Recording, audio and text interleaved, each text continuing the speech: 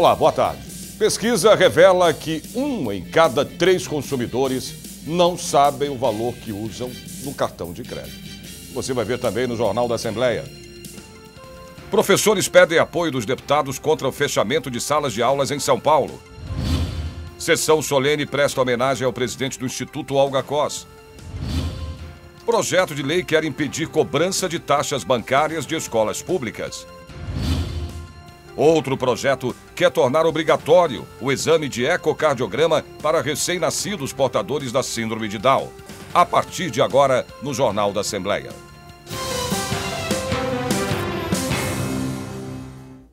Há 8 dias do segundo turno, o Instituto Datafolha divulgou mais uma pesquisa de intenções de votos para presidente da República. Vamos aos números. Na pesquisa, que não considera os votos em branco, os votos nulos e os que ainda não se decidiram, o candidato Jair Bolsonaro lidera a corrida com 59% dos votos. Fernando Haddad tem 41% dos votos válidos. Veja agora como fica a disputa quando todos os votos são considerados. Bolsonaro aparece com 50% dos votos. Fernando Haddad tem 35%. Brancos e nulos somam 10%. Os eleitores que ainda não se decidiram ou não quiseram declarar o voto são 5% do total. O Datafolha mediu também a rejeição aos candidatos que vão ao segundo turno. 41% dos candidatos disseram que não votariam em Jair Bolsonaro de jeito nenhum. A rejeição à candidatura de Fernando Haddad chegou a 54%. Entre os homens, Jair Bolsonaro lidera a disputa. Ele tem 58% dos votos masculinos pesquisados pelo Datafolha. Fernando Haddad aparece com 32% das intenções de voto dos homens. Brancos e nulos são 7%. Os homens que ainda não se decidiram ou não quiseram falar são 4%. Entre as mulheres, a vantagem de Bolsonaro é bem menor. A diferença é de 4 pontos percentuais. Bolsonaro tem 43% dos votos das mulheres. Fernando Haddad tem 39%. O índice de votos brancos e nulos entre as mulheres é mais alto do que o dos homens, 12%. As que não quiseram responder ou ainda não escolheram o candidato são 6% do total. O Instituto Datafolha pesquisou a corrida levando em conta a idade do eleitor. Veja como está entre os mais jovens. Entre os eleitores que têm entre 16 e 24 anos, Bolsonaro lidera com 48% das intenções de voto. Fernando Haddad tem 39%.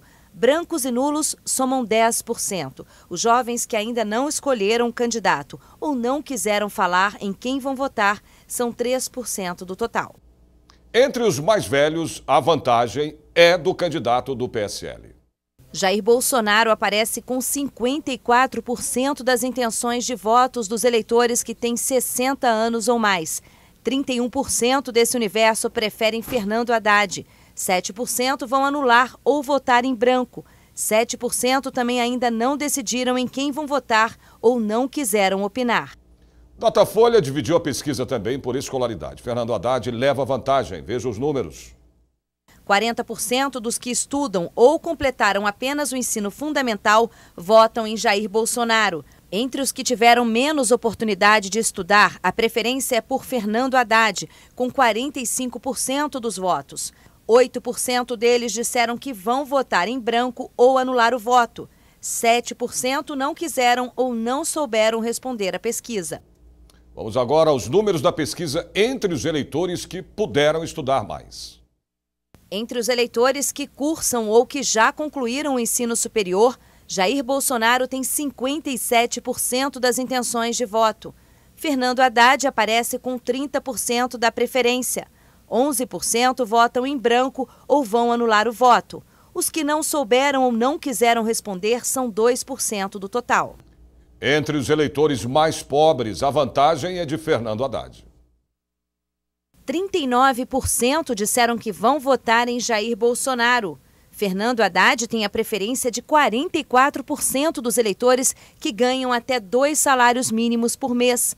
10% das pessoas que têm essa faixa de renda vão votar em branco ou anular o voto. E 7% ainda não decidiram ou preferiram não dizer em quem vão votar.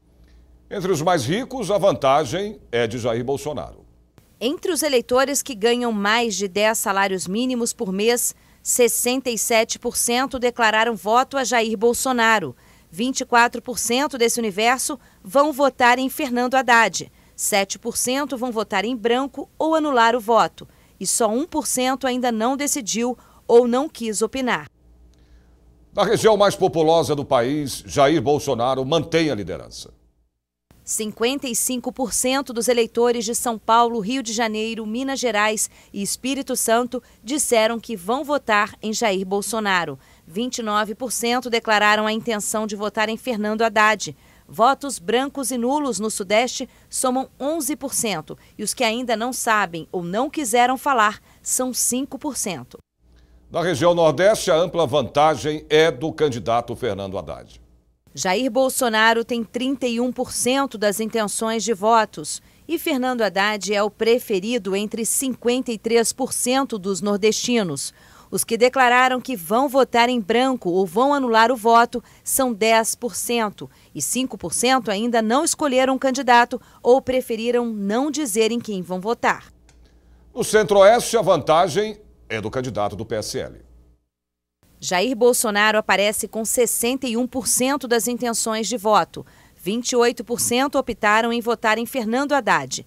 Brancos e nulos somam 8% e 3% não souberam ou não quiseram responder. Vantagem para Bolsonaro também na região norte do país.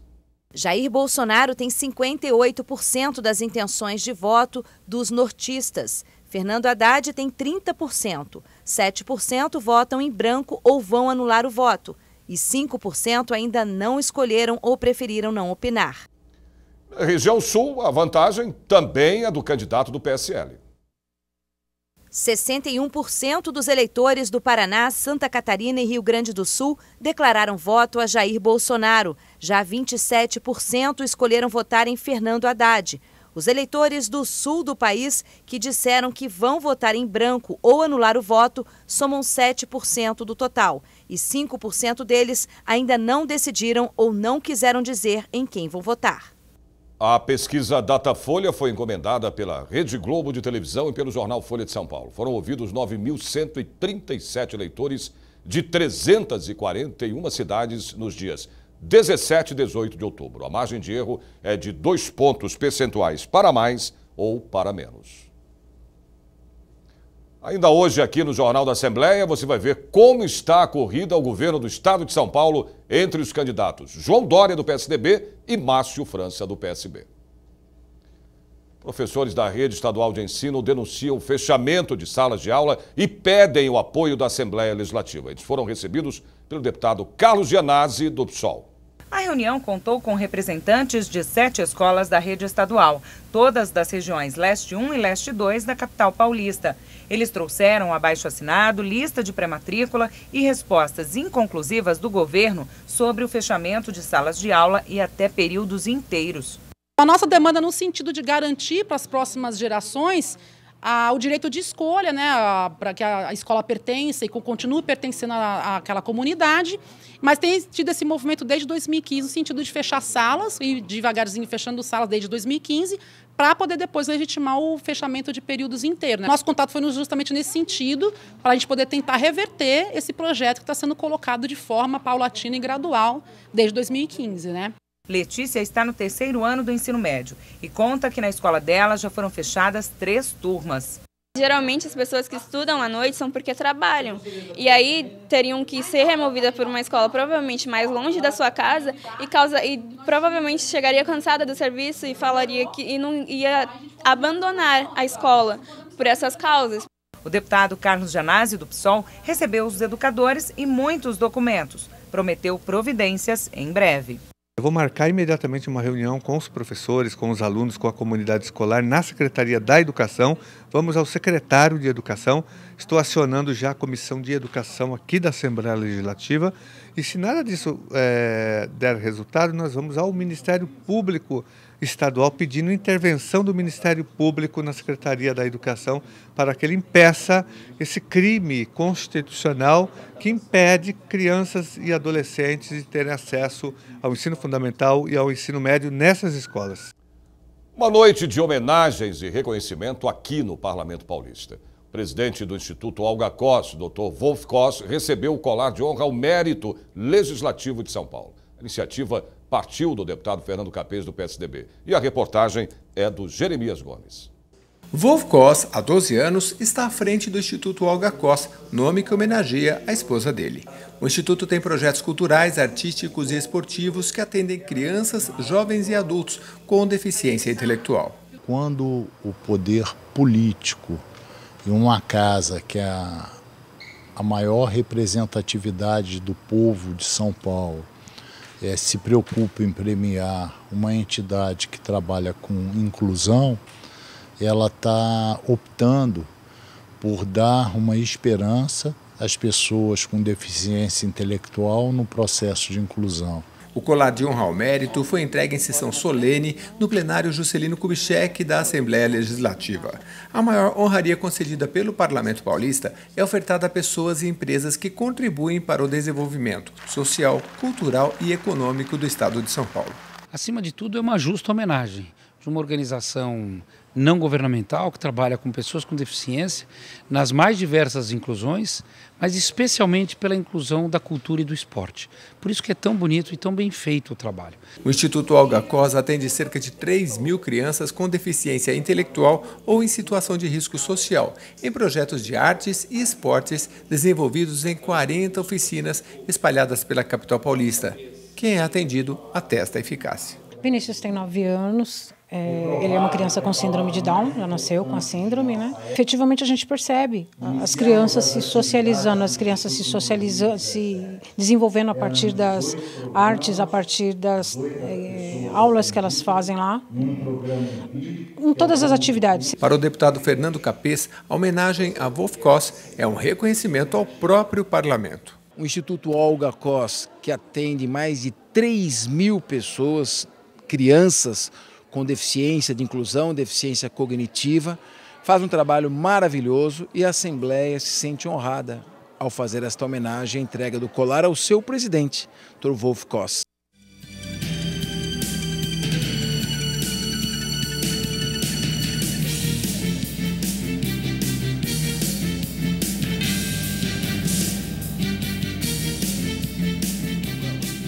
Projeto de lei quer impedir cobrança de taxas bancárias em escolas públicas. Os detalhes você tem em 30 segundos. Voltamos já já.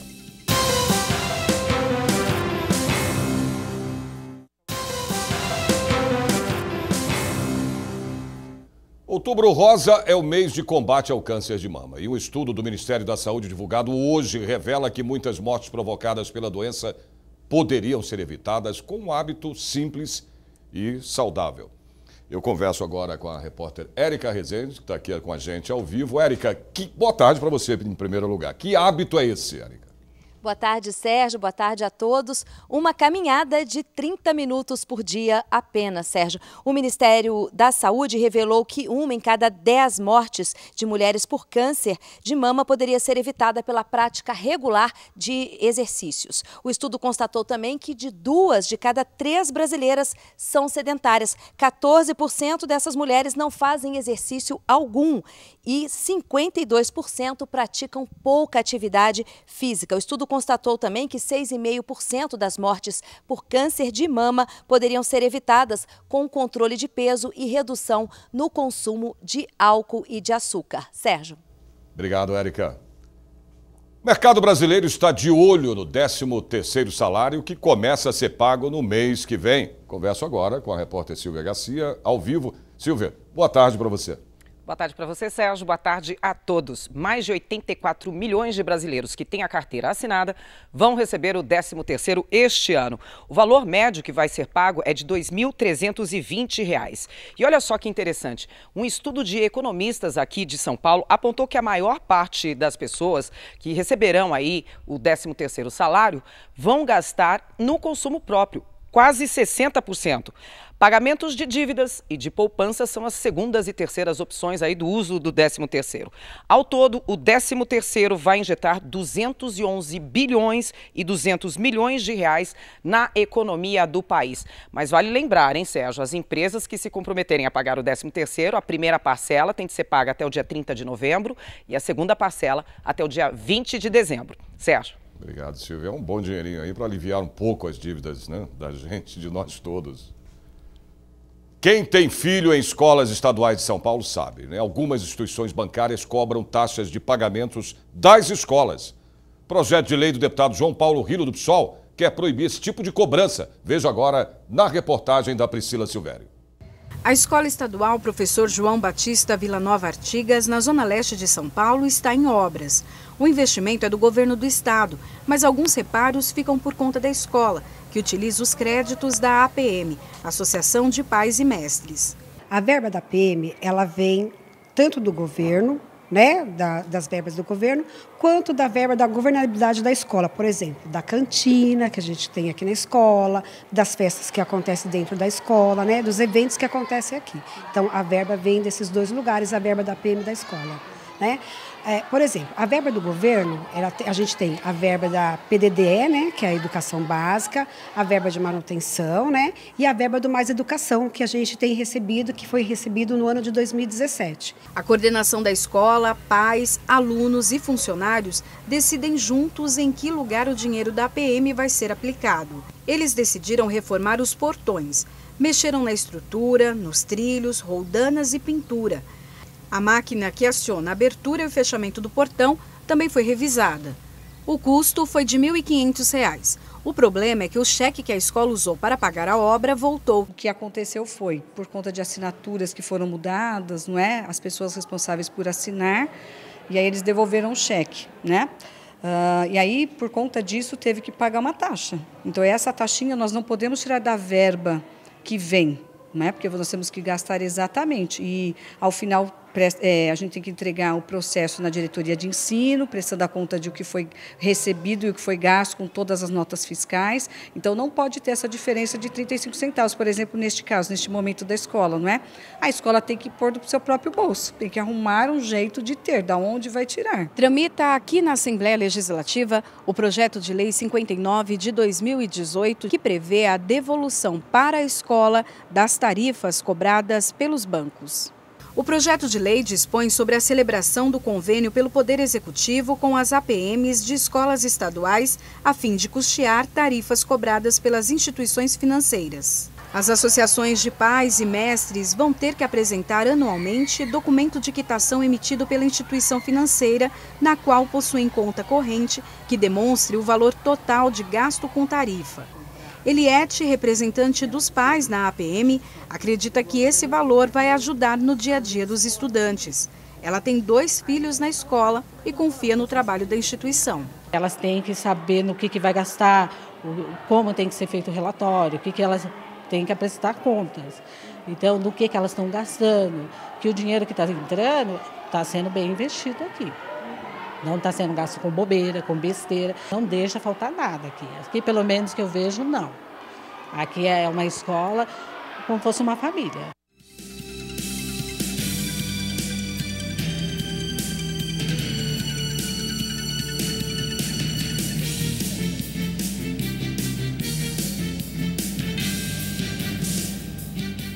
Depois do intervalo, você vai ver detalhes de um projeto de lei que quer tornar obrigatório o exame de ecocardiograma para os recém-nascidos portadores da síndrome de Down. Nós voltamos em 30 segundos. Até já.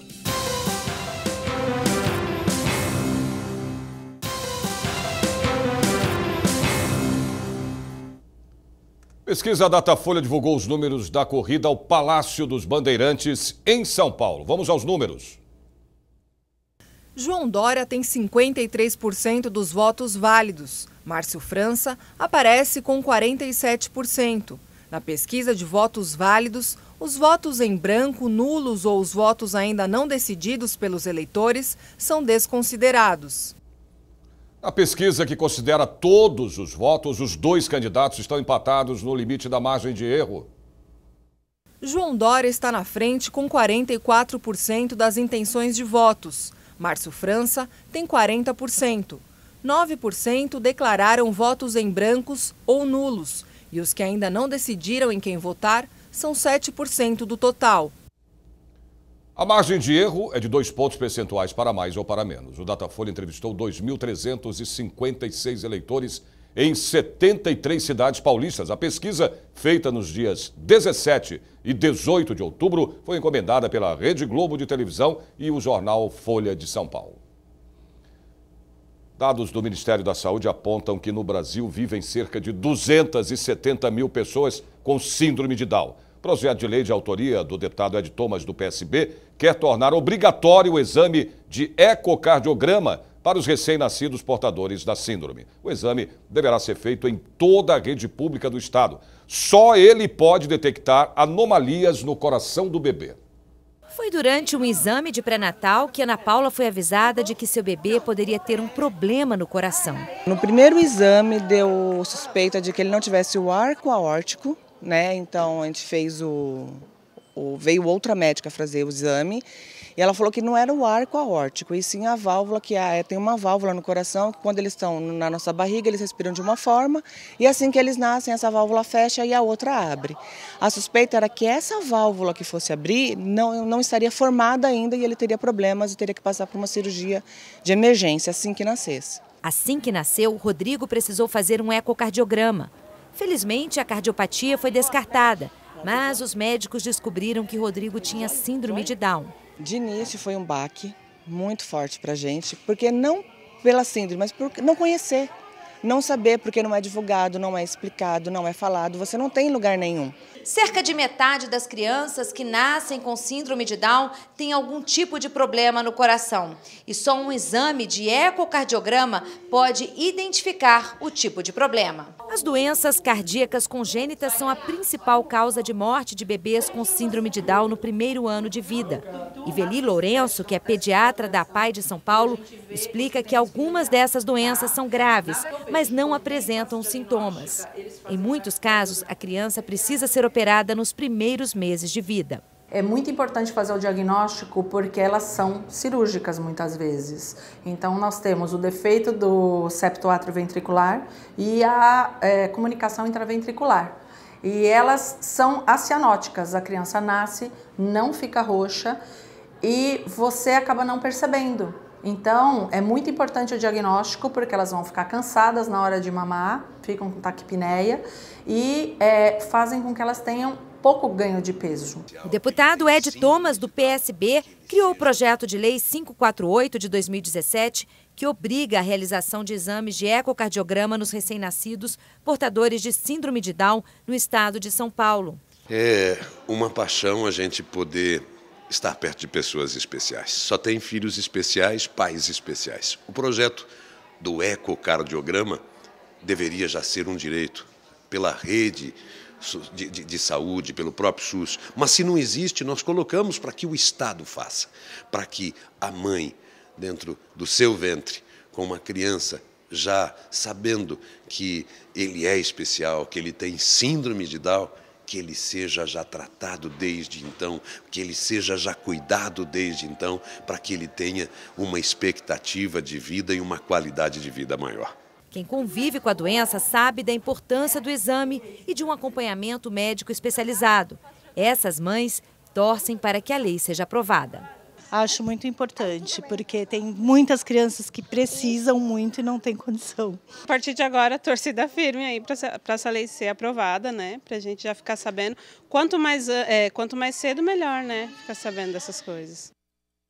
Por hoje é só. O Jornal da Assembleia desta sexta-feira termina aqui. Lembrando a você, telespectador, que a partir das 2h30 da tarde a TV Alesp transmite ao vivo a sessão plenária. Você pode acompanhar através do nosso site, que é o al.sp.gov.br ou pelo YouTube.